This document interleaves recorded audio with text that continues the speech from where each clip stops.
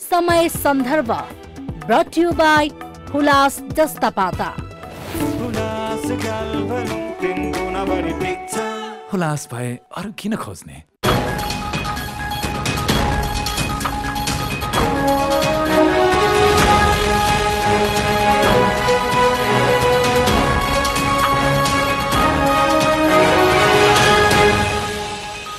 नमस्कार, समय सन्दर्भमा स्वागत छ। म भूपाल लुइटेल। कोरोना भाइरसको तेस्रो लहरको सङ्केतहरू सुरु भएको छ। कोरोनाको ओमिक्रोन भेरिएन्टले यति बेला संसारलाई आक्रान्त पारिरहेको छ। नेपाल समेत त्यसबाट अछुतो छैन। दैनिक औसत करिब 5000 हाराहारी सङ्क्रमित देखिन थालेका छन्। यो पछि सरकारले फेरि कडी-कडाउ सुरु गरेको छ। हवाई उडानहरूमा त्यही किसिमको कडाई, यातायातका साधनमा यात्रुहरू चढिरहँदा र बसिरहँदा गन्तव्यमा पुगिरहँदा त्यही किसिमको कडाई, विद्यालयहरू 15 गतेसम्म बन्द, डान्स बार, स्विमिङ पुल, जिमहरू यो सबै बन्द प्राय। अब फेरि कता कता लकडाउनतर्फ, कयौँले यसलाई स्मार्ट लकडाउन, कयौँले सेमी लकडाउन यो तहको व्याख्या गरिरहेका छन्। 4 करोडभन्दा बढी डोज खोप नेपाल भित्रिएको छ। 1 करोड 60 लाख हाराहारी मानिसले पहिलो डोज लगाएका छन्। प्रश्न कयौँले त्यत्रो डोज खोप आउँदा पनि धुमधामका साथ मानिसहरूलाई किन त्यो तहमा खोप लगाउन नसकेको? सरकार किन चुक हो? यदि सबैलाई खोप लगाउन सकेको भए त्यत्रो मात्रा खोप आउँदा आज यो तहको हाकार आतंक हुनुपर्ने थिएन कि? यो कोणबाट प्रश्न छ। मुहानबाट धमिलो पानी आइरहेको छ। धारा बन्द गराएर सरकारले त्यो टुटी बन्द गराउने प्रयत्न गर्यो। अर्को आलोचना त्यहाँ छ। मुहान यस अर्थमा भारतमा 3 लाख हाराहारी दैनिक सङ्क्रमित देखिन थालेका छन्। ओमिक्रोनको सङ्क्रमण सहितका केसहरू। त्यही भारतसँग खुल्ला सीमा छ। त्यहाँबाट निर्बाध रूपमा आवत जावत खुल्ला गरिएको छ। त्यहाँ रोक्नु पर्थ्यो, त्यो किन नरोकेको प्रश्न यो पनि छ। यो पहिलो भेरिएन्टबाट, पहिलो वेबबाट, पहिलो लहर, दोस्रो लहरबाट अझै पनि यो सरकारको बुद्धि फेरिएन, पाठ सिकेन? यो किसिमको प्रश्न त्यसरी गरिएको छ। सरकार के गरिरहेको छ? अब के गर्छ? फेरि त्यही किसिमको आर्थिक अभावमा फेरि मुलुक जाने त होइन। कयौँ मानिस त्यसरी पनि भयभीत छन्। गर्छ के? यो प्रसङ्ग नेपाली भूमि मिचिएको प्रसङ्ग, ढिलै भए पनि सरकार बोलो, त्यस हिसाबले स्याबास भन्नेहरू पनि छन्। तर डराइ बोले जस्तो, त्यो किसिमको लोयल्टी प्रदर्शन गरे जस्तो यसरी पनि व्याख्या भइरहेको छ। यो किन अप्ठ्यारो, किन सरकारलाई त्यो छ? त्यो प्रसङ्ग पनि धेरथोर आजको कार्यक्रममा उठान हुनेछ। हामीसँग स्वास्थ्य तथा जनसङ्ख्या राज्यमन्त्री भवानी खापुङ हुनुहुन्छ। स्वागत छ यहाँलाई। धन्यवाद। आराम हुन्छ? आरामै छु। सबैभन्दा पहिला चाहिँ फेरि मानिसहरू आतङ्कित भएका छन्। अब फेरि मुलुक लकडाउनतर्फ जाँदैछ कि भनेर सरकारको मनसाय त्यस्तै हो? अब अहिले पछिल्लो अवधिमा यो नयाँ भेरिएन्ट चाहिँ व्यापक रूपमा फैलिएको छ।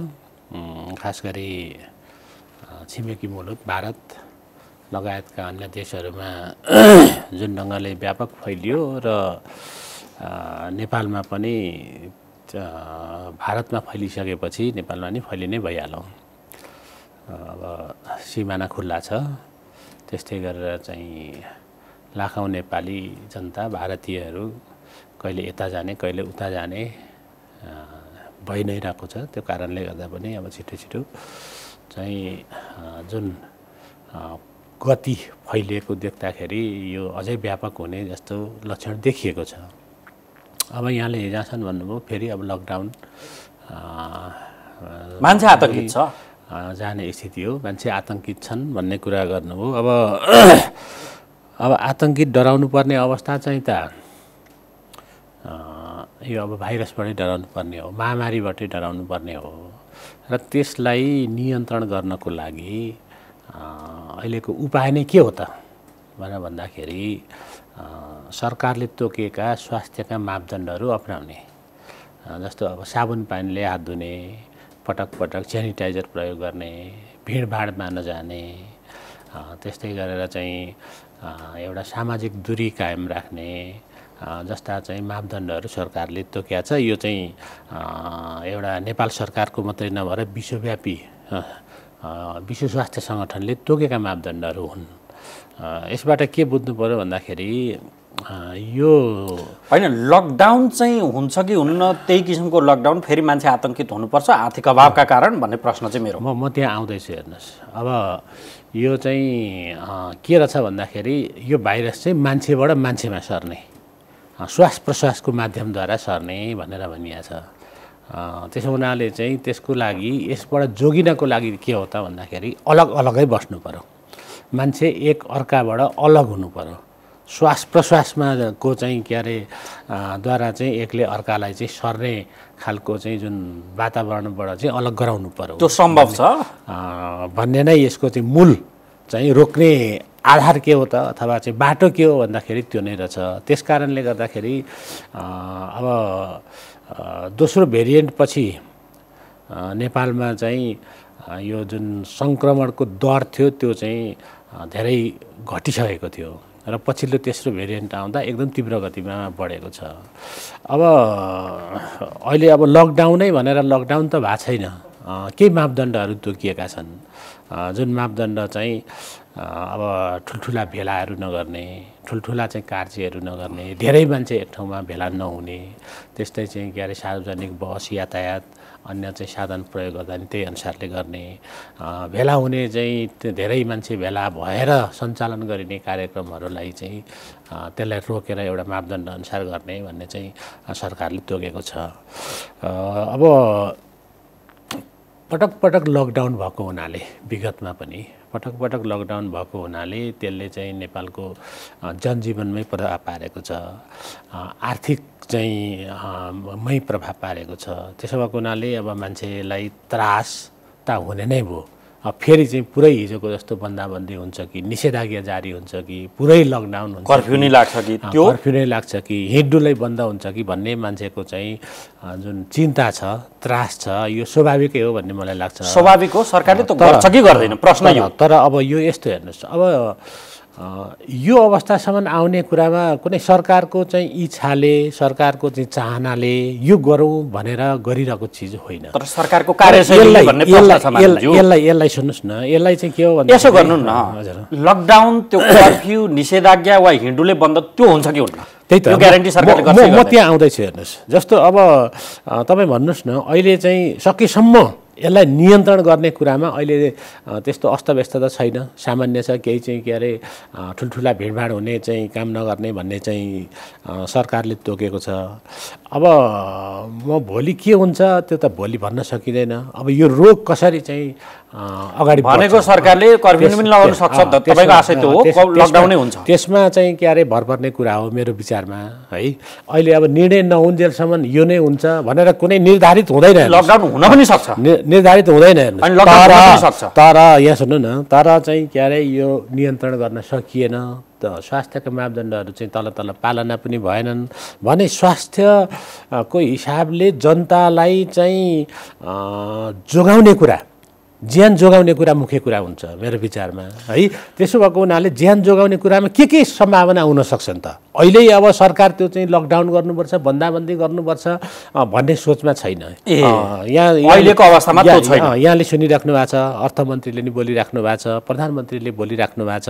होइन त्यस्तै चाहिँ सरकारका चाहिँ जिम्मेवार निकायहरूबाट पनि आइरहेका छन् अहिले चाहिँ लकडाउन पुरा बन्दाबन्दी गर्ने स्वास्थ्य मन्त्रालय तहमा छैन त्यसको पनि प्रतिनिधित्व गर्ने हिसाबले मैले यसले सिफारिस लकडाउन गर्ने तहकोसम्म गर्दैन अहिले मैले भने नि अब यसलाई चाहिँ अहिले जे सिफारिस गरेको छ स्वास्थ्य मन्त्रालयले त्यही अनुसार सरकारले चाहिँ ओके अब यहाँ प्रश्न के आउँछ भने मानवज्यू कतिपय मान्छे रिसाएर पनि भनिरहेका होलान् हजुर उनीहरूलाई परेको मार्का र अबर परेर पनि भन्लान् सबैभन्दा पहिले नियन्त्रण गर्नु पर्यो प्रतिबन्ध गर्नु पर्यो भने सरकार के गर्छ त्यो विद्यालयमै आँखा काट्छ त्यसलाई नि तारो पार्छ प्रश्न त्यहाँ छ त्यो विद्यालय सञ्चालकको छ अभिभावकै होला विद्यार्थी त अब बन्द भएपछि खुसीले घरमा खेल्न पाइएला भनेर उनीहरू खुसी होलान् त्यो एउटा पाटो भयो तर विद्यालय सञ्चालक र अभिभावकहरू यताउता गरौँ विद्यालयलाई नि तारो किन पार्नुपर्ने शब्दका प्रति तपाईँको विमति रहला तर प्रश्न उनीहरूको त्यो छ अब यहाँले रिसाउँदै भन्ने के भन्छन् थाहा छ म सुनाइन्छु भन्नुहोस् न भाइरस फैलिएको गति र सरकारको मतिबीचको तालमेलै मिल्दैन भन्छन् कामै गरेन भन्छन् होइन अब भन्नेले टिप्पणी गर्नेले त भन्लान् है त्यो एउटा ठाउँमा छ। विद्यालयको कुरा गर्दा जहाँसम्म बालबालिकाहरू भेला हुने ठाउँ हो, भेला हुने ठाउँ भएको हुनाले अब बालबालिका त्यति धेरै आमसभा गर्न समस्या भएन, विद्यालय चलाउँदा समस्या भयो उनीहरूलाई भन्छन् कि त्यति धेरै सचेत पनि चाहिँ के अरे सबभन्दा सचेत हुने ठाउँै त्यही हो नि झन् विद्यालय। बालबालिका त्यति धेरै सचेत पनि हुँदैनन् नि, बालबालिकाको कुरा आयो नि होइन। ठाउँ त हो, शिक्षा अगुवाहरूले बाटो त्यस्तै देखाइदियो, तपाईले देखाएको बाटो हिँड्नु पर्यो, शिक्षा लिने ठाउँ हो त्यो होइन। तर पनि उमेरको हिसाबले त त्यहाँ बालबालिका भेला हुने हो, परिपक्वता छैन, परिपक्वता हुँदैन, सबै कुरा उनीहरूले बुझ्या हुँदैनन्। अब त्यो कारणले चाहिँ अब पहिलो चाहिँ विद्यालयहरू बन्द गर्ने काम भएको छ। त्यो केका लागि भएको छ भन्दाखेरि विद्यार्थीहरूले नपढुन् भनेर त भएको होइन। त्यो हेर्नुहोस् स्कुलहरू बन्द गर्नुपर्छ भनेर पनि होइन हेर्नुहोस्। तर के हो भन्दाखेरि यो माध्यमद्वारा, विद्यालयको माध्यमद्वारा चाहिँ व्यापक रूपले चाहिँ यो सङ्क्रमण सर्ने सम्भावना छ, त्यस कारणले चाहिँ बन्द गरिएको हो।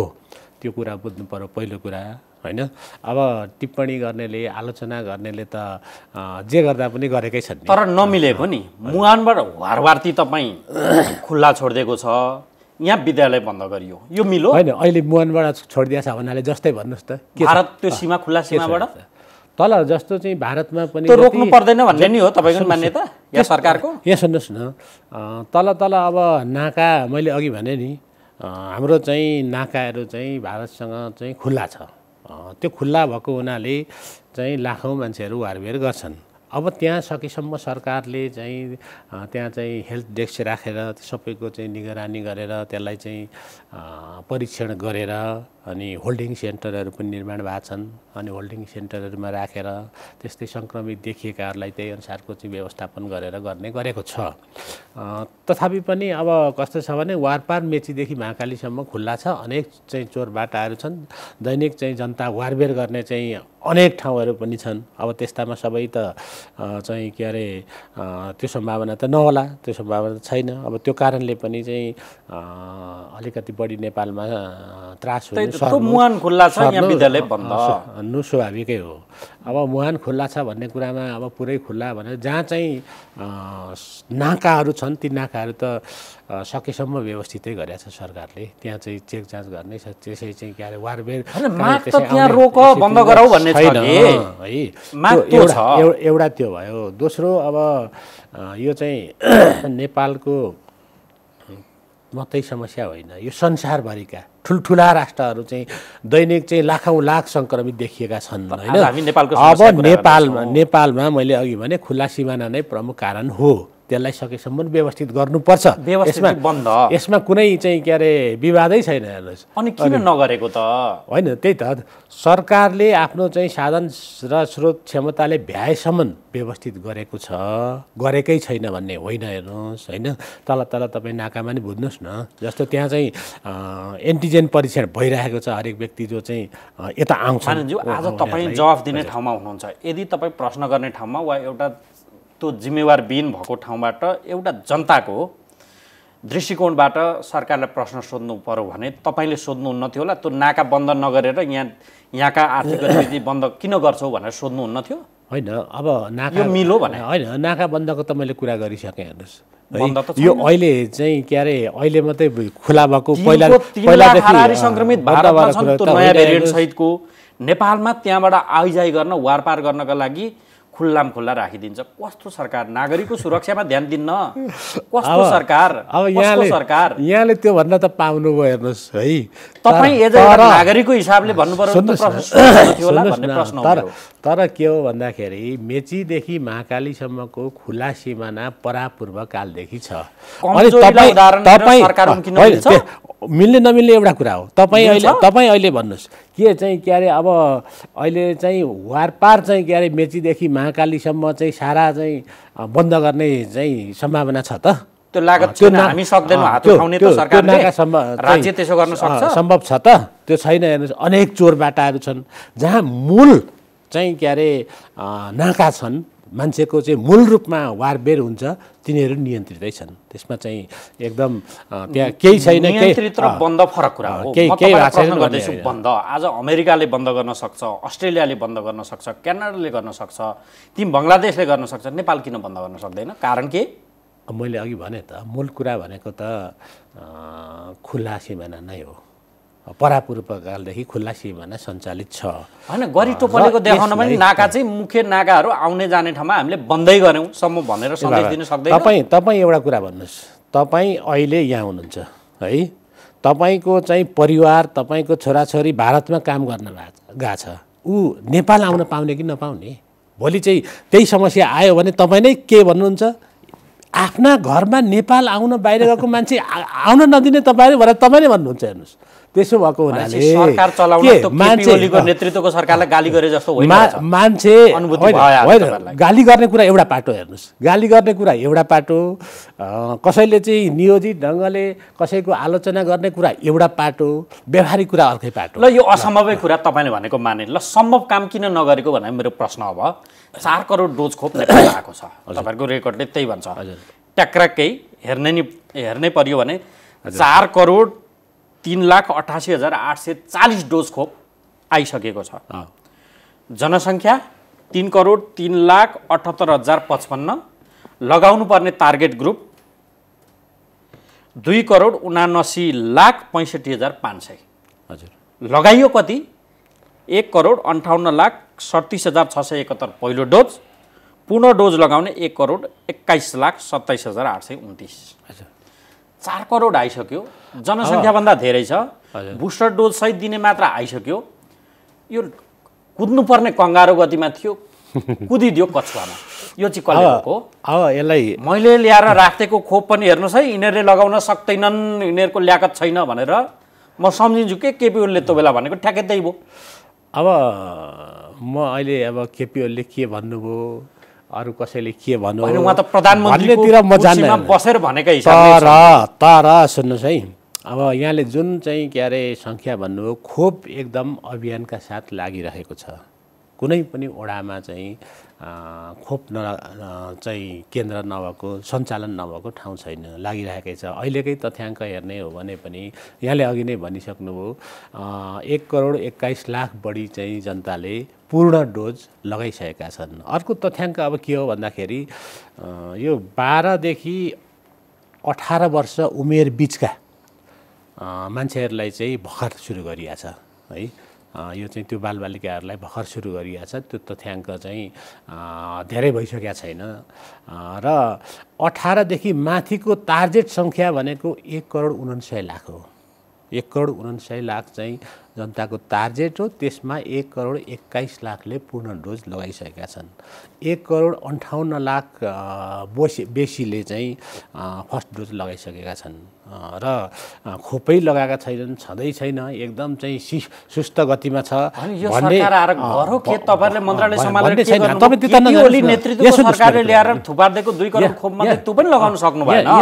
प्रश्न यो हो, यहाँ सुन्नुहोस्, आज मान्छेलाई हाकार बनाएर आतंकित बनाउनु जरुरी थियो र यो चाहिँ के अरे यहाँ सुन्नुहोस् न, केपी ओलीको सरकारले अथवा अघिल्लो सरकारले चाहिँ पनि खोप लगाउन चाहिँ अगाडिदेखि चाहिँ योजना बनाएर सुरु गरेको। त्यस पछाडि केपी ओलीको सरकार गएको त 6 महिनाभन्दा बेसी भइसक्यो। अहिलेसम्म चाहिँ उसैले ल्याएका खोप लाउन सकेका छैन भन्ने यो गलत तर्क नगर्नु। 2 करोड ल्याएको हरेक समय भन्नुभएको छ चाहिँ के अरे पटक पटक चाहिँ खोप आइरहेको छ, आउने पाइपमा अझै पनि छ। यहाँ आएका खोपहरू चाहिँ लगाइराखिएको छ र यो सरकारको प्लानै हो, सरकारको प्लानै हो, सरकारको योजना हो। जस्तो चाहिँ के अरे टार्गेट हो। अहिलेको यो पौष मसान्तसम्ममा चाहिँ 2/3 खोप लगाइसक्ने भन्ने त सरकारको लक्ष्य हो। त्यसमा अलिकति पुगेको छैन। त्यो पनि त्यसमा पनि अब के छ भन्दाखेरि के देखिन्छ भन्दा तल मान्छे चाहिँ कतिपय खोप केन्द्रहरूमा मान्छे नआएको कारणले पनि ठुलो सङ्ख्या नभएको पनि आइराखेको छ। तपाईँ एउटा मेरो सुझाव लिनुहोस्, तपाईँ कुनै पनि ओडामा, पालिकाको कुनै पनि ओडामा गएर चाहिँ त्यहाँ चाहिँ कति खोप लगाएको छ तपाईँको ओडामा, कति मान्छे छुटेका छन्, तपाईँ सोध्न सक्नुहुन्छ, भन्न सक्नुहुन्छ? तपाईँहरू चाहिँ तल पनि जानुस्। यहाँ खालि चाहिँ के अरे तपाईँहरू के भन्नुहुन्छ, खालि केन्द्रमा अलिकति चाहिँ केन्द्रका मान्छेलाई चाहिँ किन गरेन भन्ने मात्रै हुन्छ होइन। तर तल ओडासम्म गएर तपाईँहरू बुझ्नुहोस् त, ल किन खोप लागेन होला त? मान्छेले लाएनन् कि सरकारले खोप पुर्याउन सकेन कि के भयो होला अलिकति सूचना तपाईँहरू पनि दिनुहोस् हो यो सूचना के हो तपाईले बताउनु पर्यो नि त मेरो सुझाव हेर्नुहोस् तपाईँहरू मिडियाका मान्छेले अलिकति तलको पनि कुरा बुझ्नुहोस् माथि मात्रै पनि नहेर्नुहोस् नम्बर 1 अब नम्बर 2 तपाईँले अहिले के भन्नुभयो केपी ओलीको नाम सुन्ने साथ चाहिँ भाउन्न हुन्छ यो पूर्वाग्रही कुरा नगर्नुहोस् हेर्नुहोस् कुनै केपी ओलीसँग चाहिँ के अरे नाम सुन्दैमा भाउन्न हुनुपर्ने कुनै चाहिँ के अरे मेरो प्रश्न तथ्यमा केपी ओलीको नाम सुन्नै नहुने भन्ने गलत कुरा तपाईँ नगर्नुहोस् हेर्नुहोस् अघिल्लो सरकारले भन्नु नि त नाम सुन्ने इस्यु सरकारले विषयवस्तुभित्र रहेर चाहिँ कयौँ काम गर्ने कुरामा तलमाथि होला कयौँ काम गर्ने कुरामा गल्ती कमजोरी पनि होला होइन ती गल्ती कमजोरी चाहिँ छुट्याउनुहोस् न तपाईँ केपी ओलीको नाम सुन्ने साथ भाउन्न हुन्छ भन्ने कुनै तर्क हो यो अघिल्लो सरकारले भनौँ नि त ल नाम नलिउँ गाह्रो भने ल भन्नुहोस् न अघिल्लो सरकारले ल्याएर थुपारेको 2 करोड अघि पनि त्यही भन्नुभयो मेरो प्रश्न तपाईँ 2 करोड मात्र पुगेन नि त 6 महिना अगाडि ल तपाईँ तथ्याङ्क देख्नु 2 करोड 2 लाख भन्दा बढी खोप अघिल्लो सरकारले ल्याएर थुपारेको थियो नेपालमा कति चाहिँ के अरे खोप त्यति बेला आएको थियो र अहिले कतिलाई लाइसक्यो र त्यस पछाडि खोप कति आयो भन्ने कुरा पनि तथ्याङ्क हेर्नुहोस् न तपाईँ त्यही त म तपाईलाई प्रश्न गर्दै गणित यो त अघिल्लो सरकारले सुरुवात गर्यो किनभने अघिल्लो सरकार भएकै बेलामा चाहिँ यो संक्रमण चाहिँ भित्रिया हो है त्यस पछाडि त्यो निरन्तर छ अहिलेसम्म निरन्तर जारी छ होइन मेरो उत्तर पनि तपाईँले सुन्नु पर्यो हेर्नुहोस् म त तपाईलाई उत्तर दिनै बोलाएको नि यहाँ त अघिल्लो सरकारले यहाँ त अब चाहिँ के छ भन्दाखेरि होइन नि मेरो यहाँ प्रश्न सुनिदिनु त अघिल्लो सरकार अब व्यक्तिको नाम नलिउँ त्यो जोसुकै कुर्सीमा बसोस् हजुर अघिल्लो सरकारले ल्याएको डाटाले भन्छ 2 करोड मात्रा खोप डोज 2 करोड 2 लाख समथिङ त्यो मात्रा मध्ये पूर्ण मात्रा खोप लगाएको संख्या भन्छ 1 करोड 60 लाख 40 लाख त ती पुगेन म त यहाँ डाटा भन्दैछु तपाईँलाई डाटा मैले तपाईलाई अघि पढेर सुनाइसके 1 करोड 21 लाख त पूर्ण डोज लाइसके त्यस पछाडि 1 करोड 58 लाख चाहिँ भन्दा बेसीले चाहिँ के अरे फर्स्ट डोज लगाइसके हैन त्यो सही जोड्दा अब अहिले 40 लाख खोप त अझै लगाइसक्नु भएको छ पहिलो सरकारले ल्याएको अहिले बालबालिकाले चाहिँ के अरे बालबालिकालाई पनि खोप लगाउने काम धमाधम भइराखेको छ 12 देखि 18 वर्षसम्मका मान्छेहरूलाई अनि एउटा कुरा अर्को के पनि हो एकछिन अझै यो गणित मान्छेलाई अल्मल्याउनु भने यो क्लियर पारौँ आज सोमबार तपाईसँग मेरो कुरा भइरहँदा आइतबार साँझको स्वास्थ्य मन्त्रालयको तथ्याङ्कले भन्छ पूर्ण मात्रा खोप लगाउनेको संख्या 1 करोड 58 लाख राउन्ड फिगर 1 करोड 60 लाखै माने मैले अघिल्लो सरकारले ल्याएर असरल पारेर थुपारेको खोपको डोजको मात्रा 2 करोड प्लस तपाईले यहाँ पनि जोड्नुहोस् न 1 करोड 58 लाखले पहिलो डोज लाइसक्यो त्यो हैन 1 करोड 58 लाखले त दुवै मात्रा लाए अनि 1 करोड 58 लाखले दुवै मात्रा लगाए दुवै मात्रा होइन 1 करोड 58 लाखले एक डोज लाइसके एक डोज लगाए त्यसभित्रका 1 करोड 21 लाखले चाहिँ के अरे पूर्ण लगाइसके अब त्यो पनि पूर्ण थपिँदाखेरि अझै संख्या पुग्यो अनि पूर्ण लाउने भनेको तपाईँ हिसाब गर्नुहोस् न 1 करोड चाहिँ 21 लाखले पूर्ण लाए भनेको त उनीहरूले त 2 डोज लाए त्यो बुझ्नु पर्यो नि होइन त्यो पनि हिसाब गर्नु पर्यो हेर्नु 40 लाख मात्रै पुगेन अझै त्यही सरकारले ल्याएको पुग्दैन के गणितले त्यो भन्नु अनि अर्को कुरा चाहिँ अब गणितले चाहिँ तपाईका गणितले के अथवा छोडिदिनुस् गणितले तपाईको तर्क र दाबी यो हो कि हामीले खोप भयंकर राम्रो मात्रामा एकदम बिजुलीको गतिमा लगाएका छौं समस्या केही छैन हो म त्यो भन्दिन ए त्यसो भए के म त्यो भन्दिन हेर्नुस् के भन्नुहुन्छ खोप निरन्तर चलिरहेको छ तल चाहिँ ओडासम्म चलिरहेको छ देशभरिका चाहिँ के अरे खोप केन्द्रहरूमा खोप लगाइराखिएको छ यो चाहिँ बन्द छ भकै छैन भन्ने होइन एउटा दोस्रो कुरो मैले अघि नै भने अघिल्लै सरकारले पनि नेपालीलाई खोप लगाइसक्ने भनेर एउटा टार्गेट अगाडि बनाएको थियो है अब त्यो टार्गेटको लगभग छेउमा छ पूर्ण पुगेछ म भन्दिनँ हेर्नुहोस् अनि अब खोपै नलाएको भएदेखि त्यो टार्गेटको छेउमा पुग्ने थिएन नि अब कस्तो भने यो भएन भनेर नेगेटिभ कुरा मात्रै गर्नु एउटा पाटो रह्यो त्यसले त काम छिटो गर्न दबाब दिन्छ कसरी लिने भन्ने हो दबाब त दिन्छ त्यसलाई चाहिँ अब दबाब दिन्छ तर चाहिँ पुरै हेलचेक नै भएर चाहिँ कामै भएको छैन सारा लथालिङ्ग छ भने जस्तो किसिमले तपाईले कुरा उठाउनु भयो त्यस्तो त होइन प्रश्नै छैन त्यस्तो होइन मेरो प्रश्न जम्मा जम्मी के हो यति कुरा तपाईहरु चाहिँ नि यो काम गर्नको साटो बरु प्रश्न यो हो अलिकति हेलचेक्राइ भयो कि त्यो किसिमको प्राथमिकता परेन कि सरकार बरु भत्काउने र बनाउने अरु काममा अल्झिनु भयो कि अरू प्रशासनिक कामले त्यसलाई अप्ठ्यारो पारेको भन्ने आशयबाट प्रेरित प्रश्न हो। अब सरकार भत्काउने बल्झाउने भन्ने कुराले यो खोपमा त्यस्तो ठुलो असर गरेको म देख्दिनँ। हेर्नुहोस् कतिपय खोपहरू कालोबजारी गरेर बिक्री भए, कर्मचारीले खाइदिएदेखि लिएर सिरिन्ज बाबु ध्यान त पुग्न सकेन नि, त्योसम्म पनि देखियो। एकचोटि के भयो भन्दाखेरि निर्धारित गरिएको समयमा यो चाहिँ फाइजर खोप लाउनलाई सिरिन्ज अभावको कारणले एकचोटि रोक्यो 1 हप्ता जति। यति हो। यहाँभन्दा त यहाँ त सुन्नु भएको छैन। हेर्नुहोस् 1 मिनट धेरै हो नि है। अनि होइन मिनट त धेरै हो, 1 हप्ता रोकियो। अब 1 हप्ता जति रोकियो, त्यो यथार्थै हो। के कारण भन्दाखेरि सिरिन्जको अभावको कारणले। अर्थात् तपाईँ ठान्नुहुन्न कि यसो गरौँ न, यो तपाईँको मेरो ढिपी हुने भयो कि त्यता म गइनँ। अब होइन, तपाईँको प्रश्नै त्यता गयो क्या, यो ढिपी जस्तो हो। तपाईँको प्रश्न के गयो? पहिलाको सरकारले साह्रै राम्रो गरेको थियो, अहिलेको सरकार चाहिँ बेकममा भयो भने जस्तो किसिमले प्रश्न गर्दै हुनुहुन्छ। प्रत्येक सरकारलाई हामी त्यसरी नै प्रश्न गर्छौँ। होइन, त्यो त तपाईँको चाहिँ गर्नुहुन्छ होला, त तपाईँहरूको चाहिँ के हामी गर्छौँ, शैली होला। हामी गर्छौँ, पत्रकारहरू हामी प्रत्येकलाई प्रश्न गर्छौँ, शैली भएर प्रश्न गर्छौँ। यसमा त मैले केही भन्न, तर मेरो आग्रह के छ तपाईँहरूलाई भने तपाईँहरू पनि नेगेटिभली होइन पोजिटिभली पनि हेर्नुहोस्। मैले अघि एउटा सुझाव दिएँ नि, ल मैले हिजो अस्ति एउटा पत्रिका पढाएको थिएँ, मलाई बहुत मन पऱ्यो। हेर्नुहोस् त्यो चाहिँ नयाँ पत्रिका हो कि के हो, जय जयकार होइन, जय जयकार भएको मात्रै चाहिँ के अरे मनपर्छ भन्ने तपाईँलाई लाग्यो होला।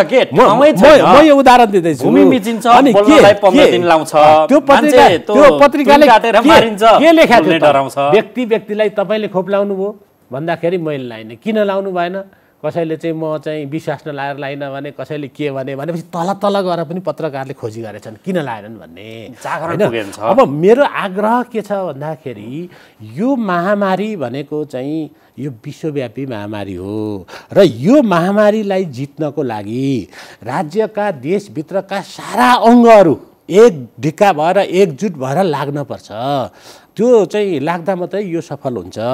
मैले यहाँलाई सुझाव दिन खोजेको, यहाँहरूले चाहिँ जुन किसिमले खबरदारी गर्नुभएको छ, खबरदारी गर्नुपर्छ। यसको साथसाथै तपाईँहरूले तल चाहिँ के अरे वडा तहमा पनि तपाईँहरू सूचना लिनुहोस् न, त्यहाँ के भइरहेछ, किन भइरहेछ। मैले त एउटा पत्रिकाको उदाहरण दिएँ। कहिले ल एउटा भन्नुहोस्, तपाईँले यहाँ चाहिँ के अरे दूर दराजको एउटा चाहिँ के अरे वडा सदस्यसँग छलफल गर्नुभएको छ? तपाईँको वडामा कति खोप लाग्यो र किन चाहिँ केही मान्छे छुट्यो भने किन छुटे भन्ने चाहिँ तपाईँले गर्नुभएको छ? तपाईँहरू तलसम्म पुग्नै सक्नुहुन्न। हेर्नुहोस्, अनि यो यता माथि मन्त्रीलाई बोलायो, सांसदलाई बोलायो, अनिखेर अघिल्लो सरकार र पछिल्लो सरकारको तुलना गरायो, त्यही मात्रै काम त जस्तो देख्छु। दायित्व तपाईँहरूको हो, तपाईँहरूको हेर्नुहोस्। होइन, हाम्रो त दायित्व हुँदै हो। अनि तपाईँले गर्न चाहिँ नमिल्ने हो। यसो गरौँ ल भन्नुहोस् त, यसो गरौँ, तपाईँ भन्नुहोस् न। काम भएको भने एउटा हामी चुक्यौँ रे, एउटा वडा प्रतिपक्षी सुन्नुहोस् न, पार्टीहरूका संयन्त्र वडासम्म छन्, सत्य हो। तपाईँ हिजो लामो समय बिताएको पार्टी, बनाएको पार्टी, त्यो एमालेकै कयौँ नेताहरू हिजो अस्ति गएर प्रधानमन्त्रीलाई भेटेर किन हेलचेक्राइ गरेको, यी काम गर भनेर दबाब त दियो। ल हामी त पूर्वाग्रही भयौँ रे, प्रमुख प्रतिपक्षको कामै त्यही हो भन्नु होला।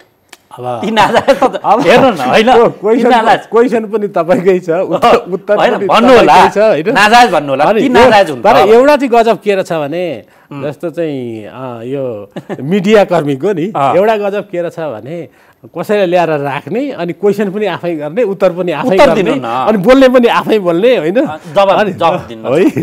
नाजायज भन्नु होला भने मैले सुरुमै तपाईँलाई सोधेको हुनाले अब मेरो कुरा के हो भने, यहाँहरू पनि चाहिँ के अरे हरेक कुरामा सजग गराउनुपर्छ। यसमा कुनै मेरो चाहिँ गराउनु हुँदैन भन्ने नै छैन। तर के हो भने त्यसको साथसाथै जिम्मेदार भएर चाहिँ कम्तीमा पनि यहाँहरूले पनि तलसम्मका कुरा ल्याउनुपर्छ। ल्याउनुहोस् न, तपाईँहरू तल पनि तपाईँले हाम्रो टिभी हेर्नुहुन्न, अहिले हिमालय टेलिभिजनका समाचारहरू हेर्नुहोस्, मेरो आग्रह। अब कति गाउँका कुरा छन्, सबै कति देहातका छन्, कति नागरिकका कुरा छन्, एकचोटि हेर्दै मूल्याङ्कन गर्नु। यहाँको टिभी पनि हेरौँ ला, कहिले काहीँ त म हेर्ने गर्छु, सधैँ त हेर्दिनँ। हेर्नुहोस्, अब टिभी पनि सयौँ छन्, एउटा भए पो चाहिँ एउटा समाचारहरू हेर्नुहोस्, कति देहातका कुरा छन्, कति गाउँका कुराहरू छन्, कति तल्लो स्तरको भुइँ मान्छेका कुराहरू छन्, एकचोटि आग्रह। ठिक छ। अब ती दबाब नि जसरी प्रमुख प्रतिपक्षले दबाब दिइरहेछ, मिडियाले प्रश्नले घेरिरहेको छ, जनताका प्रश्न छन्, यसका प्रति जवाफ एउटा राज्य मन्त्रीको हैसियतले, लाइन मिनिस्ट्रीको हिसाबले अब सही रूपमा उठेका विषयहरूलाई त्यसलाई सम्बोधन गर्नुपर्छ सुझावको रूपमा पनि तपाईहरु आफैले रिथिङ गर्दा नि मान्नुहुन्छ सुझावको कहाँ रूपमा चुकियो भन्ने लाग्छ सुझावको रूपमा पनि लिनुपर्छ होइन तर कुनै पनि कुरा पूर्वाग्रह राखेर मेरा प्रश्नमा तपाई पूर्वाग्रह देख्नुहुन्छ पूर्वाग्रहित भएर उठेका प्रश्न सबै जवाफ दिनुपर्छ भन्ने जरुरी पनि हुँदैन नम्बर 1 है किन मैले यो कुरा गरिरहेको छु भन्दाखेरि तपाईले चाहिँ सुरुआतमै के भन्नुभएको छ केपी ओलीको नाम हुने बित्तिकै तपाईलाई चाहिँ के अरे के अघि शब्द प्रयोग गर्नुभयो चाहिँ एकदम अप्ठ्यारो पर्नुपर्ने आशय त्यस्तै थियो त्यो ढङ्गले सोध्नुभयो त्यसो भइसकेपछि तपाईले प्रश्नै के राख्नुभयो पूर्वाग्रही ढङ्गले राख्नुभयो त्यो जरुरी छैन केपी ओली भनेको हिजोको चाहिँ प्रधानमन्त्री हुनुहुन्छ 3 वर्ष 3.5 वर्षसम्म उहाँले सरकार चाहिँ चलाउनु भएको छ अहिले सरकार फेरिएको छ त्यो फेरिएको पनि 6 महिनाबाट उता भइसक्यो होइन अनि उहाँ प्रधानमन्त्री भएकै बेला त्यही बेलामा चाहिँ के अरे यो महामारी पनि आयो अब उहाँले आफ्नो ठाउँबाट जे जति प्रयत्न गर्नुभएको छ त्यो सराहनीय छ अब तपाईले के भन्दै हुनुहुन्छ पहिलाकोले सारा गरेको थियो अहिलेकोले चाहिँ केही गरेन भन्ने किसिमले उठाउनु भएको छ अनि केपी ओलीको नाम सुन्ने साथ तपाईलाई चाहिँ के अरे के चाहिँ अप्ठ्यारो पर्नुपर्ने भनेर चाहिँ जुन पूर्वाग्रही भएर उठाउनु भयो त्यो चाहिँ पूर्वाग्रही हुनुभन्दा समस्या समाधान गर्नेतिर चाहिँ सवालहरू गर्दा राम्रो हुन्छ भन्ने मेरो सुझाव हेर्नुस् एमालेलाई हामीले प्रश्न गर्यौं भने सरकारबाट तपाई पूर्वाग्रही प्रश्न गर्ने मेरो सुझाव मात्रै हो गर्ने त यहाँहरुले हो अब यो बताउनु न तपाईहरु आफै स्वयंलाई जो तपाईहरु गर्ने ठाउँमा हुनुहुन्छ जिम्मेवारीमा हुनुहुन्छ जवाफदेही हुनु परेको छ समीक्षा गर्दा हामी यहाँ चुक्यौं कि अझ राम्रो यो कारणले गर्न सकिन्थ्यो कि भन्ने चाहिँ भएको छ कि छैन अब एउटा कुरा के हो भने दोस्रो भेरिएन्ट यो चाहिँ आइसकेपछि त्यसले निकै ठुलो क्षति पनि गर्यो त्यसले चाहिँ धेरै प्रभावित पनि पर्यो पहिलो भेरिएन्टमा त्यस्तो भएको थिएन र दोस्रोमा त्यो भयो त्यो भइसकेपछि फेरि त्यो पनि झरेर चाहिँ एउटा चाहिँ सहज स्थिति पनि सिर्जना भयो है अब स्वभावैले के हुँदो रहेछ भन्दाखेरि अलिकति सहज स्थिति भइसकेपछि कतिपय चाहिँ जुन किसिमको चाहिँ रफ्तार हुनुपर्ने नि मान्छेलाई पनि के हुन्छ अहिले त कोरोना छैन ठिकै छ भने जस्तो बिर्से जस्तो पनि हुँदो रहेछ कतिपय स्वास्थ्यका मापदण्डहरू अपनाउने कुरामा नि सबैले चाहिँ त्यो मापदण्ड चाहिँ बिर्सिँदै लगेको अवस्था पनि थियो अब अहिले चाहिँ फेरि एकैबाजी हत्तै बढेर आएको छ अब बढेर आएपछि त्यही अनुसारले चाहिँ के अरे सरकार समाज राज्यका सबै निकायहरू त सिरियस भएर लागेका छैनन् भन्ने त होइन हेर्नुहोस् प्रत्येक दिन चाहिँ दैनिक लाखौँले चाहिँ खोप लगाइरहेका पनि छन् हामी यस्तो अवस्था भएको यति गर्न सक्थ्यौं भन्ने त्यस्तो विलिङनेस तर अब के हो भन्दाखेरि मैले अघि भने त्यस्तो टार्गेटमा हुँदै नभएको कामै नभएको स्थिति त मैले भनेकै छैन स्थिति छैन हेर्नुहोस् है स्थिति छैन अब कतिपय कुरा चाहिँ एउटा तालमेलले पनि केही समस्याहरू चाहिँ छन् के समस्या छन् जस्तो चाहिँ अब केन्द्रले कुनै पनि पोलिसी निर्धारण गर्छ हाम्रो त 3 तहको सरकार छ हामीले हिजोदेखि स्वास्थ्य मन्त्रालयले हिजोदेखि यो तेस्रो मात्रा भनेर जुन चाहिँ खोप लगाउन सुरुवात गर्ने गरी चाहिँ अतिरिक्त मात्रा भनेको छ अब यसलाई कसैले बुस्टर भनेका छन् कसैले थप मात्रा भनेका छन् अब वैज्ञानिकहरूले यसको नामाकरण के गरेका छन् त्यो छुट्टै विषय भयो है त्यो सुरु भएको छ तर पनि अब के छ तल चाहिँ मान्छे त तिनै हुन् स्वास्थ्यकर्मी पनि तिनै हुन् जसले चाहिँ निरन्तर रूपले चाहिँ यो चाहिँ अनेक अरू रोगका खोप पनि लगाइरहेका छन् त्यस पछाडि यो चाहिँ के अरे अहिलेको चाहिँ संक्रमणको खोप पनि लगाइराख्नु पर्यो त्यस पछाडि अहिले थप चाहिँ तेस्रो मात्रा चाहिँ लगाउन पनि ठाउँ त त्यही हो नि त्यसो भइसकेपछि कतिपय चाहिँ अब स्थानीय तहहरूले आफूले चाहिँ अब भर्खर तयारी गर्न पनि लागेका छन् हिजोदेखि सुरु गर्ने त भन्यो तर देशभरि भएन किन भएन भन्दा सबै तल तयारी थिएन स्थानीय तहहरू पनि थिएनन् प्रदेश पनि थिएनन् अब उनीहरू पनि तयारीमा लागेका छन् यो अब जनशक्ति अरूकै कारणहरू छ त्यहाँ क्रमशः चाहिँ बढ्दै जान्छ अब त्यो पनि हो नि जस्तो चाहिँ जनशक्ति पनि त हाम्रो अब फिक्सै छ नि कयौँ ठाउँमा फेरि अब कस्तो छ भने स्वास्थ्य कर्मीहरूको पनि अभाव छ अब सरकारी चाहिँ सेवामा लाग्ने मान्छेहरूलाई पठाउने जिम्मेवारी लोकसेवाको हो लोकसेवाबाट चाहिँ नआइरहेको अवस्था पनि छ र अब यो अवस्था आइसकेपछि सरकारले चाहिँ स्वास्थ्य कर्मीहरू करारमा चाहिँ भर्ना गरेर पनि पनि काम चलाउने गरेको चाहिँ तयारी भएर अगाडि बढिराखेको छ होइन। अब कामै नभए भन्ने त होइन हेर्नुहोस्, तथापि पनि जुन चाहिँ अघि मैले भने टार्गेटमा छँदै छैन, काम भएकै छैन भन्ने हुँदै होइन, अझै धेरै गर्न सकिन्छ तर अलिअलि अब केही समस्या ती कारणहरूले पनि तीन तहको कारणले गर्दा पनि अलिकति समस्याहरू निदान गर्ने गरी। अनि अर्को कतिपय तलबाट तथ्याङ्क आउनेमा पनि, जस्तो म तपाईँलाई एउटा उदाहरण भनौँ, म केही समय अगाडि चाहिँ सुदूरपश्चिम गएको थिएँ, हजुर कर्णाली पनि गएको थिएँ है। त्यहाँ चाहिँ अब खोपको गति बढेन भन्ने तथ्याङ्क आएको हुनाले फिल्डमा गएर हेर्दा के देखियो भन्दाखेरि काम हुँदै नभएको होइन। कतिपय मान्छेहरू इच्छाले पनि खोप लाउन आएनन्, कतिपय चाहिँ खोप लगाएर पनि चाहिँ तथ्याङ्कमाथि पठाउने कुरामा पनि चाहिँ ल्याकिङ भयो त्यहाँ होइन। अब त्यो कारणले पनि तथ्याङ्क आउन नसकेको, तर चाहिँ खोप त तल तलसम्म लगाइरहेकै छन् मान्छेले चाहिँ ठुलो सङ्ख्या, ठुलो व्यवस्थापकीय पाटोमा केही गाउँ नै चाहिँ खोपै नलाएको स्थिति त छैन हेर्नुहोस्। त्यसो भए व्यवस्थापकीय पाटमा केही जस्तो हामी यो सङ्घीयताको चाहिँ त अभ्यासकै चरणमा पनि त छौँ, सङ्घीयताको अभ्यासकै चरणमा छौँ। पहिलो चाहिँ सङ्घीयता यो नयाँ संविधान अनुसार त चुनाव एकचोटि भएको छ, स्थानीय तह पनि एकचोटि बनिएको छ, सरकार केन्द्र र प्रदेश पनि एकचोटि बनिएको छ।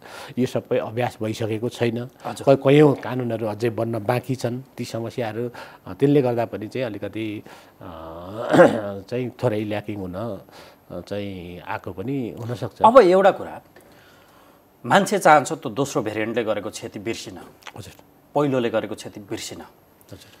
तर जसका प्रियजन गुमेका छन्, जसको आफन्त छ, जसको खुसीमाथि खुसी खोसिएको छ, त्यो मान्छेको पीडा त जिन्दगीभर कोरोना भनिसक्दा बल्झिरहने भयो। हजुर तेस्रो भेरिएन्टले त्यो त भयो हो, तेस्रो भेरिएन्टले क्षति त्यो हदको गरेको छैन।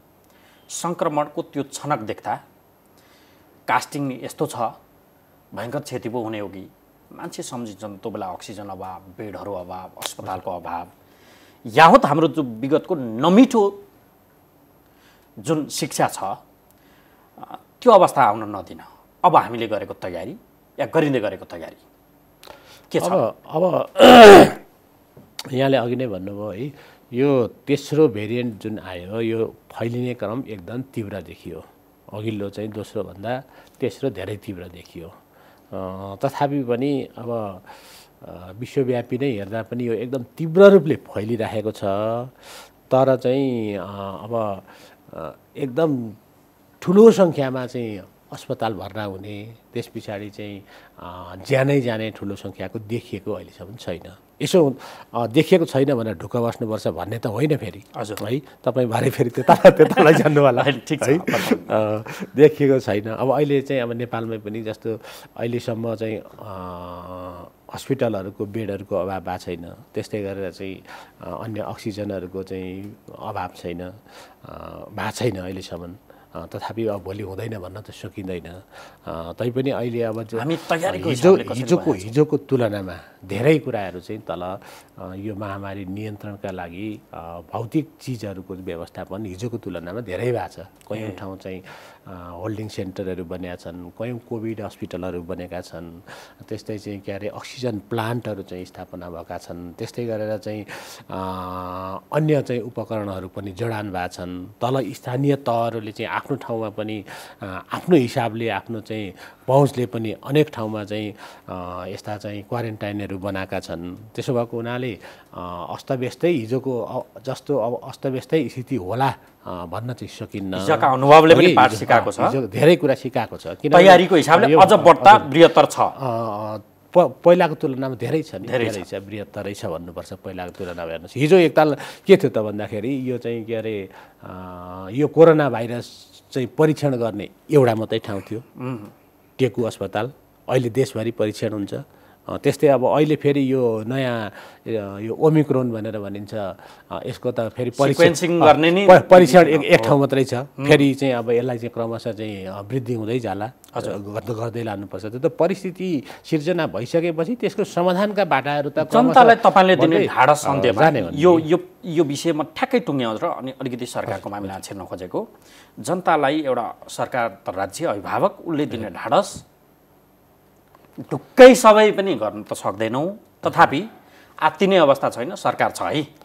अब यसमा म के भन्न चाहन्छु, यहाँले जुन कुरा उठाउनु भयो है, पहिलो कुरा म के आग्रह गर्न चाहन्छु भने सरकारले तोकेका स्वास्थ्यका मापदण्डहरू सबैले पालन गरौँ।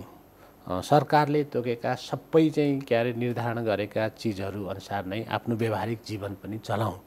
यो चाहिँ के को लागि भन्दाखेरि यो महामारीसँग लड्नको लागि, यो महामारीलाई जित्नको लागि। त्यस्तै गरेर चाहिँ यसको अहिले अब कुनै चाहिँ एउटा ट्याब्लेट खाएर निको भइहाल्ने चिज त यो परेन। नपरिसकेपछि यसको मूल चाहिँ समाधानको बाटो भनेको नै स्वास्थ्यका मापदण्ड अपनाउने र खोप लाउने नै हो। खोप लाउनलाई जागरुकता देखाऊ। खोप लाउने कुरामा चाहिँ जागरुकता देखाउँ। देशभरि चाहिँ के अरे हरेक वडामा 5-5 जना चाहिँ निर्वाचित चाहिँ निकायहरू पनि हुनुहुन्छ। उहाँहरूले पनि आफ्नो वडाभित्र आफ्नो क्षेत्रभित्र कसैले खोप लगाएको छैन कि, छुट्यो भने किन छुट्यो, खोप केन्द्रमा किन जाँदैनन्, के समस्या छ, यी सबै बुझेर चाहिँ त्यो समस्या समाधान गर्नेतिर सबै लागौँ। जनप्रतिनिधिहरूलाई पनि म यही आग्रह गर्न चाहन्छु, यहाँहरूको चाहिँ टेलिभिजन मार्फत अनुरोध गर्न चाहन्छु। यो कुनै खेलाँची कुरा होइन, मान्छेको जीवनसँग चाहिँ ज्यानसँग चाहिँ जोडिएको विषय हो। त्यसलाई चाहिँ हेलचेक्राइ गर्न पनि हुँदैन। र अहिले सरकारको, राज्यको सारा चाहिँ अङ्ग, सारा निकाय चाहिँ योलाई कसरी नियन्त्रण गर्न चाहिँ सकिन्छ भन्नेतिरै उन्मुख हुनुपर्छ। सबै त्यो ढङ्गले त्यतै चाहिँ लाग्नुपर्छ। चाहे त्यो चाहिँ सरकारी हुन्, गैर सरकारी हुन्, त्यस्तै चाहिँ अब निजी हुन्, आफ्नो चाहिँ के अरे व्यक्तिगत रूपमा, सामाजिक संस्थाको रूपमा, मिडियाको रूपमा अनेक समाजका चाहिँ क्षेत्रहरू छन्। ती सबै क्षेत्रहरू चाहिँ यसको चाहिँ नियन्त्रण गर्ने कुरामा लाग्न पर्यो। ओके, अन्तिममा अब म त्यो विषय अलिकति छुवाएर कार्यक्रम टुङ्ग्याउँछु। नेपाली भूमि भारतले जो हाम्रो नक्सामा विगतमा समावेश गरियो एकमतले, त्यो भूमिमा आज अस्ति 30 तारिकमा भारतीय प्रधानमन्त्री खुल्ला रूपमा भन्दै हुनुहुन्छ मानसरोवर पुग्ने सडक जो कालापुनी, लिपुलेक, लिम्पियाधुरा छुँदै जान्छ, हामी भव्यताका साथ विस्तार गरिरहेका छौँ। भारतीय प्रधानमन्त्रीको स्तरबाट आएको अभिव्यक्ति सार्वजनिक रूपमा। त्यसको 10-11 दिनमा, त्यसै दिन गठबन्धनको एउटा घटक जनमोर्चाले त विज्ञप्ति निकालो, 10-11 दिनमा एमाले निकालो, त्यसको 2-3 दिन पछाडि काङ्ग्रेसका 2 महामन्त्रीले निकाल्छन् विज्ञप्ति। औपचारिक हो होइन काङ्ग्रेसको थाहा छैन, सरकार पनि बोल्यो ढिलै भए पनि। यहाँहरू एउटा घटक, मेरो सूचना नभएको या मलाई थाहा नभएको नि हुनसक्छ, एकीकृत समाजवादीले त्यो बारेमा विज्ञप्ति निकालेकोसम्म जानकारी छैन। किन त्यो नगरेको होला? सरकार आफ्नो भूमि मिचिँदा पनि त्यो तहको साइड हेरेर बिस्तारै किन बोलिरहेको, यो किन छ? एकीकृत समाजवादीले निकाल्यो जस्तो लागिरहेछ। अब म कन्फर्म त त्यही त, म जानकारीमा नभएको नि हुनसक्छ, मैले सोधेको। तर मलाई त्यो लागिरहेछ। जे होस् निकालो मानौ एकछिनको लागि, तर अलिक आफ्नो भूमि मिचिएको छ, हाम्रो स्वाधीनतामाथि धावा बोलिएको छ, त्यस बापत पनि हामी नरम हुनुपर्ने या भइदिनुपर्ने, जनताको त खुन उम्लेको छ, यो किन भएको होला? यहाँले जे सोध्नुभयो नि, अब यो सीमाको सम्बन्धमा नेपालमा भारतले चाहिँ जुन ढङ्गको चाहिँ पश्चिममा कालापानी क्षेत्रमा आफ्नो कब्जा जमाएको छ, त्यो गलत छ भन्ने कुरामा कुनै दुई मत छैन नेपालभित्र। त्यो गर्न नहुने काम भारतले गरेको छ भन्नेमा नि कुनै दुई मत छैन। त्यो मन्त्री परिषदले पनि भनिसक्यो अब त आधिकारिक। अब आधिकारिक रूपमा सरकारले पनि भनेको छ, अघिल्लो सरकारले पनि भनेकै हो। लोयल देखायो कि लोयल्टी भनेर। त्यस पछाडि अब लोयल भन्ने शैली आफ्नो आफ्नो होला है, तर चाहिँ भारतले ठिक गरेको छ त कसैले भनेको छैन, भनेनन्, अलिक ढिलो गरी भन्यो। अब एउटा कुरा अलिकति अब को छिटो बोलिहालो, को ढिलो बोलिहालो भन्ने चाहिँ त म अहिले केही भन्न सक्दिनँ। त्यो चाहिँ आफ्नो आफ्नो चाहिँ छलफल होला, पार्टीका कुरा चाहिँ एउटा निर्णय होला, त्यस पछाडि अगाडि आउलान्। सरकारले पनि त एउटा प्रक्रिया पुर्याएर चाहिँ निर्णय गर्नुपर्छ है। अब यसमा मेरो भन्नु केही छैन, किन भन्दाखेरि भारतले चाहिँ अब हाम्रो सरकारले यसो गरौँ त छिटो ढिलोको बहसमा मैले अलिकति यहाँ म कहाँनिर आउँदैछु भन्दाखेरि यो कालापानी क्षेत्र जुन भारतले चाहिँ कब्जामा लिएको छ, यो चाहिँ अहिले आएको होइन, यो 46 साल पछि पनि होइन है। यो हिजो पञ्चायतकालमा 1960देखि चाहिँ भारतीय सेनाहरू त्यहाँ बसिरहेका छन् र नेपालले त्यसको निरन्तर विरोध गर्दै आएको छ। एउटा कुरा हो। अब कुनै इस्युमा कसले छिटो बोल्यो, कसले चर्को बोल्यो, त्यो चाहिँ ठुलो राष्ट्रवादी भइहाल्ने अनि कुनैले चाहिँ अलि ढिलो बोलो त्यो चाहिँ राष्ट्रवादी नहुने भन्ने तर्कको कुनै अर्थ देख्दिनँ म। हेर्नुहोस्, हामीले नक्सामा ल्यायौँ, चलनको अवस्थामा ल्याउँ न। यो विषयमा नेपालीहरू एक ढिक्का भएर नेपालीहरू चाहिँ सारा चाहिँ आफ्नो चाहिँ देशको चाहिँ भूमिको पक्षमा उभिएका छन्, उभिनुपर्छ, यसमा कुनै दुई मात्रै छैन। अब को छिटो कुदेर हिजो एउटा पञ्चायतकालमा एउटा चलन थियो क्या, के चलन थियो भने तलबाट राष्ट्रिय पञ्चायत सदस्यहरू आए, त्यस पछाडि अनि दरबारबाट प्रधानमन्त्रीको प्रस्ताव हुन्थ्यो, अनि त्यो प्रस्तावलाई को पहिला समर्थन गर्ने भनेर चाहिँ माननीय पञ्चहरू लडाइँ गरेर चाहिँ त्यो चाहिँ पहिला सिग्नेचर गर्न कुथे। मैले भन्न खोजेको एउटा उदाहरण भनेको क्या। र अब यो राष्ट्रियताको सवालमा त्यस्तो सवाल होइन। छिटो उछिनेर कसैले बोलिहाल्यो त्यो चाहिँ ठुलो चाहिँ क्रान्तिकारी भइहाल्ने, देशको चाहिँ त्यो चाहिँ के अरे अब देशभक्त हुने, अनि अलिकति ढिलो बोल्ने चाहिँ नहुने भन्ने चाहिँ अर्थ राख्छ जस्तो लाग्दैन। तर पनि नेपालको समस्या छ भारतसँग। हामी त भूमि नक्सामा ल्यायौँ, नक्सामा ल्याएको छ। हजुर, भोग चलनको अवस्थामा ल्याउने त्यो तागत, हजुर, कि भारतीय फौजलाई त्यहाँबाट धपाउने अवस्था, हजुर, या जाने अवस्था, त्यसमा नेपाल या यो सरकारले कुन हदको दबाब या भूमिका खेल्छ? अब अहिले म यो विषयमा त म केही भन्न चाहन्न है। पहिलो कुरा मैले अघि नै पृष्ठभूमि बताएँ। त्यस पछाडि भारत र नेपाल छिमेकी मुलुक पनि हुन्। भारतको चाहिँ जुन नेपालप्रतिको दृष्टिकोण देखिन्छ भूगोलसँग जोडिएको, त्यो बेठिक छ। भारतीय चाहिँ हरूले चाहिँ सीमा मिचेका छन्, नारा जुलुस हामीले पनि लाउँदै आएका हौँ, यसमा कुनै उ छैन। अब यति हुँदाहुँदै पनि कुरा के हो त भन्दाखेरि भारत र नेपाल दुईटा स्वतन्त्र राष्ट्र हुन् र दुईटा राष्ट्र बिचको चाहिँ समस्या कूटनीतिक माध्यमद्वारा वार्ता गरेर समाधान गर्नुपर्छ। यसमा चाहिँ सरकारले उसको व्यवहारले त्यो व्यवस्था गर्दै उत्तम सडक बनाइरहेछ, बनाएको छ। त्यही त बनाएको छ। कति हदसम्म हामीलाई हेपेको होला भन्ने, त्यो त त्यसमा त सीमै छैन नि। त्यही त कति हदसम्म हेपेको छ नेपाललाई भन्ने त सीमै छैन। अब अर्को के पनि देखिन्छ भन्दाखेरि अब भारत का छिमेकी मुलुक, कुनै पनि छिमेकी मुलुकसँग भारतको चाहिँ सम्बन्ध राम्रो देखिन्न। कुनै एउटासँग चाहिँ राम्रो छ भन्ने जस्तो पनि देखिन्न। हेर्नुहोस्, उसको सोचाइ हामी कातर छौँ भन्ने त होइन। त्यसो हुँदाखेरि भारतको नीति नै के हो त भन्दाखेरि छिमेकी मुलुकहरूलाई चाहिँ दबाब दिने, मिच्ने, त्यस्तै चाहिँ एउटा अन्डरमा राख्ने उसको नीति रहेछ। अब यसको त चाहिँ के अरे सामना गर्नुपर्छ, कूटनीतिक माध्यमले समाधान गर्नेतिर चाहिँ अग्रसर हुनुपर्छ। कुनै पनि सरकारले त्यो ढङ्गले चाहिँ अगाडि बढ्नुपर्छ। हस्, यो तपाईँको महत्त्वपूर्ण समय संवादका लागि माननज्यू धेरै धेरै धन्यवाद। हस्, धन्यवाद। यहाँलाई पनि धेरै धन्यवाद छ। आदरणीय दर्शकहरू, कार्यक्रम जारी समय सक्यो। आज हामीले स्वास्थ्य तथा जनसङ्ख्या राज्यमन्त्री भवानी खापुङसँग कोरोना भाइरस महामारीको तेस्रो लहर भनौँ वा ओमिक्रोन भेरिएन्टले सिर्जित समस्या, यसको समाधानका लागि सरकारले गरिरहेका पहल काम र अन्त्यमा हामीले नेपाली भूमि मिचिएको जो कालापानी, लिम्पियाधुरा र लिपुलेक क्षेत्र छ, त्यहाँ भारतले धमाधम सडक विस्तार गरिरहेको प्रसङ्ग, सरकारले गरिरहेको प्रयत्न, त्यसलाई रोक्नका लागि यो विषय पनि जोडेर संवाद गऱ्यौँ। अर्को अङ्कमा फेरि तपाईँहरू भेट हुने नै छ। हामीलाई आजलाई बिदा दिनुहोस्। नमस्कार।